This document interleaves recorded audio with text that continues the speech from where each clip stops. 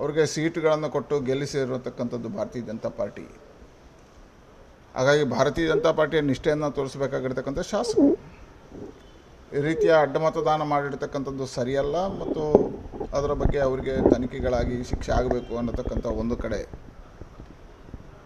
ಅದೇ ನೋವು ನಮ್ಮ ರಾಜ್ಯಾಧ್ಯಕ್ಷರಿಗೆ ಇರ್ತಕ್ಕಂಥದ್ದು ಸಹಜ. ಆ ನೋವಿನಲ್ಲಿ ಧರ್ಮಸ್ಥಳದಲ್ಲಿ ಶಾಸಕಾಂಗ ಸಭೆ ಕರಿತೇನೆ ಮತ್ತು ಪ್ರಮಾಣ ಮಾಡಬೇಕು ಅನ್ನತಕ್ಕಂಥದ್ದು ಹೇಳಿದಂಥದ್ದು ನಾನು ಗಮನಿಸಿದ್ದೇನೆ.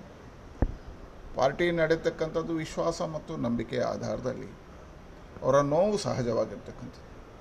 ಅದರಲ್ಲಿ ಅವರಲ್ಲಿ ವಿನಂತಿ ಮಾಡ್ತೇನೆ, ಇದನ್ನು ಆಂತರಿಕವಾಗಿರ್ತಕ್ಕಂಥ ತನಿಖೆಯನ್ನು ಮಾಡಿ. ಇದೆಲ್ಲವೂ ಬಹಿರಂಗ ಆಗತಕ್ಕಂಥ ವಿಷಯ ಅಲ್ಲ.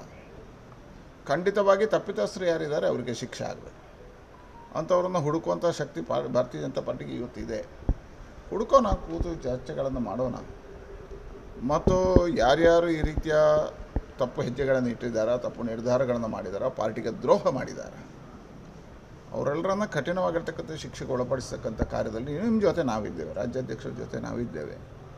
ಹಾಗಾಗಿ ಈ ಕಾರ್ಯ ಏನಿದೆ, ನಾವು ಧರ್ಮಸ್ಥಳದ ಹೆಸರು ಇವತ್ತಿನ ಸ್ಥಿತಿಯಲ್ಲಿ ರಾಜಕಾರಣದಲ್ಲಿ ದೇವರ ಹೆಸರುಗಳನ್ನು ತರ್ತಕ್ಕಂಥದ್ದು, ದೇವರ ಪ್ರಮಾಣ ಮಾಡ್ತಕ್ಕಂಥದ್ದು ಅಷ್ಟು ಸಮಂಜಸ ಅಲ್ಲ ಅಂತ ನನ್ನ ಭಾವನೆ, ವೈಯಕ್ತಿಕ ಭಾವನೆಗಳು.